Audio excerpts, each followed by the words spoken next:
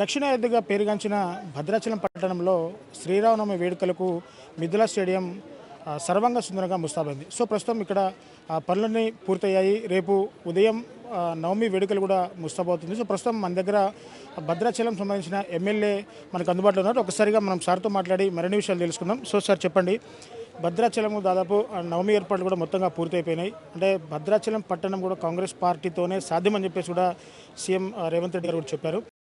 మొన్న వచ్చి తుమ్మల నాగేశ్వరరావు గారు కానీ అంతకుముందు వచ్చిన పొంగిరెడ్డి శ్రీనివాసరెడ్డి గారు కానీ రివ్యూ చేయడం జరిగింది. అధికారులతో జేసీ గారు కానీ కలెక్టర్ గారు కానీ అదేవిధంగా ఆర్డీఓ గారు ఎస్పీ గారితో పోలీస్ డిపార్ట్మెంట్తోనూ రెవెన్యూ డిపార్ట్మెంట్ అన్ని డిపార్ట్మెంట్ కోఆర్డినేషన్ చేసుకుంటూ రెవెన్యూతో ఈరోజు చేయడం జరిగింది. ఈరోజు ఏర్పాట్ల కొరకు రేపు ఒకరోజు ఉన్నందున నేను ఈరోజు ఏర్పాట్లు ఎలా ఉన్నాయో చూడడానికి వచ్చాను. దాని భాగంగా ఈరోజు జేసీ గారు ఉన్నారు, కలెక్టర్ గారు ఉన్నారు, ఎస్పీ గారు ఉన్నారు. అందరం కూడా ఏర్పాట్లోనే ఉన్నాం. ఖచ్చితంగా భక్తులకి ఎటువంటి ఆటంకం కలగకుండా, ప్రతి భక్తుడికి అసౌకర్యం కలగకుండా ఎక్కడికక్కడ మంచినీళ్ళు ఇవ్వటం, కూర్చున్న వాళ్ళకి చలి పందిర్లు, ఈరోజు సెలవు పందిర్లు వేసాం.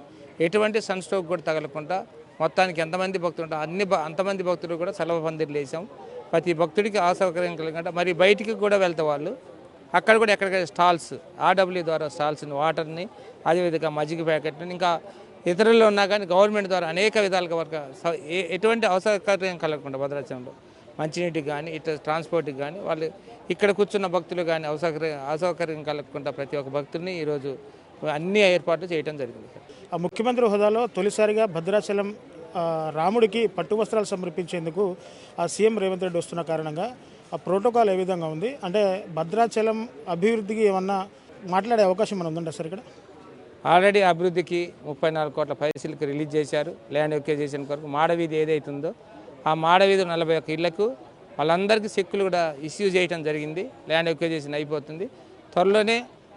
ఏదైతే మాడవీధి కొరకు ఈ ప్రకారం ఎలా ఉందో దాని ప్రకారం తయారని మాడవీధిని తయారు చేసే దాంట్లో ఈ అర్చకులు ఇచ్చిన ఈ ఏదైతే నమూనా ఉందో ఆ నమూనా ప్రకారంగా చేసే దాంట్లో ఈ 41 ఇళ్ళను తీసేస్తే మాడవీధికి ఆటంకం లేకుండా ఉండదు.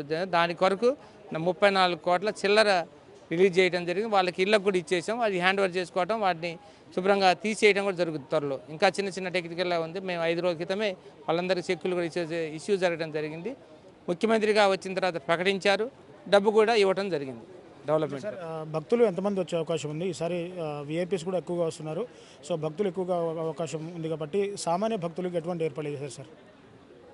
ప్రతి ఒక్కరు కూడా భక్తులకి విఐపీలతో కానించి సామాన్య భక్తులతో సహా ఎటువంటి ఆటంకం కలగకుండా, ప్రతి ఒక్కరికి అసౌకర్యం కలగకుండా, ప్రతి ఒక్కరికి విఐపితో పాటు సామాన్య భక్తులు కూడా అదే ట్రీట్లో చేస్తున్నాం. అందరికీ నీళ్లు కావాల్సిన నీళ్లు కానీ సిట్టింగ్ సిస్టాన్ని కూడా ఆ సిస్టాన్ని అన్నిటిని కూడా కలెక్టర్లు కానీ ఇక్కడ మన టెంపుల్ డిపార్ట్మెంట్ కానీ జేసీ గారు అందరూ కూడా దీన్ని ఎటువంటి అసౌకర్యం కలగకుండా వీటన్నిటి సౌకర్యాలు కల్పిస్తున్నారు.